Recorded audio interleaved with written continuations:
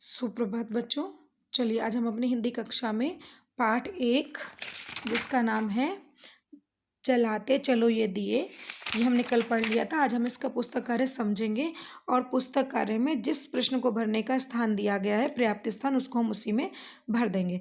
बेटा जिस प्रश्न के लिए पुस्तक में पर्याप्त स्थान दिया हुआ है उसको हम पुस्तक में ही भरेंगे, उस प्रश्न को हम कॉपी में नहीं करेंगे, ठीक है।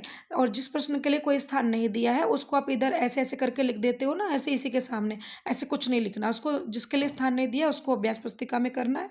साथ ही कुछ ऐसा भी प्रश्न होगा जैसे 2 पंक्तियां दी हुई हैं, इनका अर्थ बड़ा होगा, लेकिन यहाँ पर 2 ही इसने जो है पंक्तियां हमें दी हैं, इनमें हमारा नहीं आएगा, तो हम ऐसे प्रश्नों को भी पुस्तक में नहीं भरते हैं। वहाँ हमने लिख दिया अभ्यास पुस्तिका में, अर्थात इन पंक्तियों का जो भावार्थ है हम अभ्यास पुस्तिका में करेंगे, क्योंकि हमारा इतने सी जो ये स्थान दिया हुआ है इस स्थान में नहीं आएगा। लेकिन देखो पर्यायवाची के लिए पर्याप्त स्थान है तो हम इसको भर देंगे, इसको फिर कॉपी में नहीं करेंगे। तो चलिए समझ लेते हैं थोड़ा सा। शब्दार्थ पोटली को, शब्द पोटली पर आ जाते हैं। दिए, दीपक, जो आप दीपावली पे जलाते हो ना, दिए दिए जिनको बोलते हो वही दिए है ये।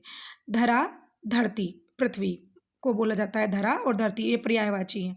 तिमिर, अंधेरा। सरित, नदी, सरिता भी नदी होता है, सरित भी नदी होता है। शिला, शिला पर्वत को कहा जाता है। साक्षी, प्रमाण, मतलब कहते हैं ना वो साक्षी हैं, उसके विटनेस है, ठीक है, उसको बोला जाता है प्रमाण। निशा, रात्रि, सवेरा, सुबह।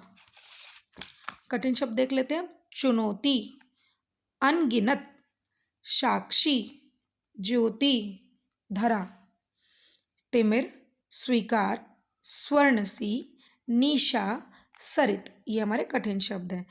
इस कविता के रचनाकार कौन है, हमसे प्रश्न पूछा गया। तो चलिए आइए देखते हैं इसके रचनाकार कौन है।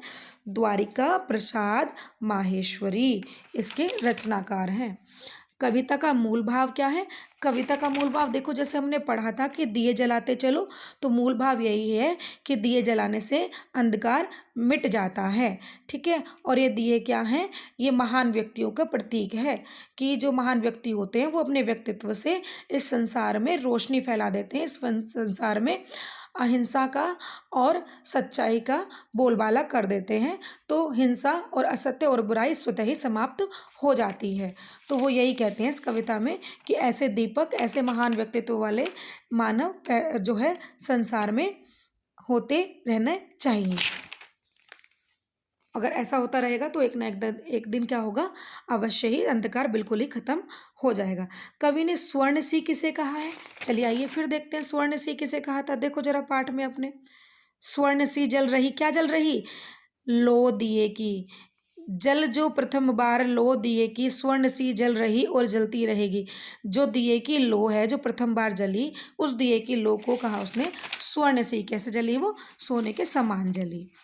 कवि क्या जलाने को कह रहा है? दिया। समय किस बात का साक्षी है? बताइए। पवन ने अनेक दिए बुझाए, पवन ने अनेक दिए जलाए, मनुष्य सदैव आलस्य करता है। युग बीत गया लेकिन मनुष्य में कोई परिवर्तन नहीं हुआ है। वे परिवर्तन तो हुआ है और आलस्य भी नहीं करता है वो। पवन तो दिए नहीं जलाएगी, हाँ पवन ने दिए जरूर बुझाए हैं, तो हमारा ये वाला विकल्प सही है। आगे देखिए, कवि ने शिला किसे कहा है? अंधकार को कहा है। अंधकार कहा है ना उसने, तिमिर शिला, अंधकार रूपी शिला। ये बेटा मैं आपको कॉपी में कराऊंगी, ये भी आपका कॉपी में होगा।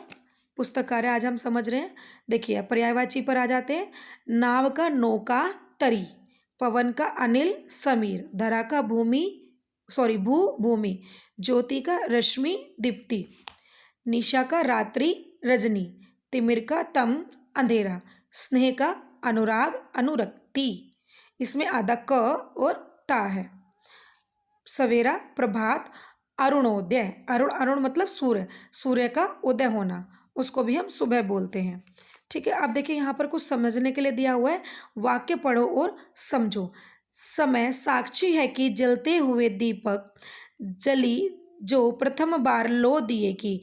यहाँ पर प्रथम पंक्ति में स वर्ण की, समय साक्षी, ठीक है।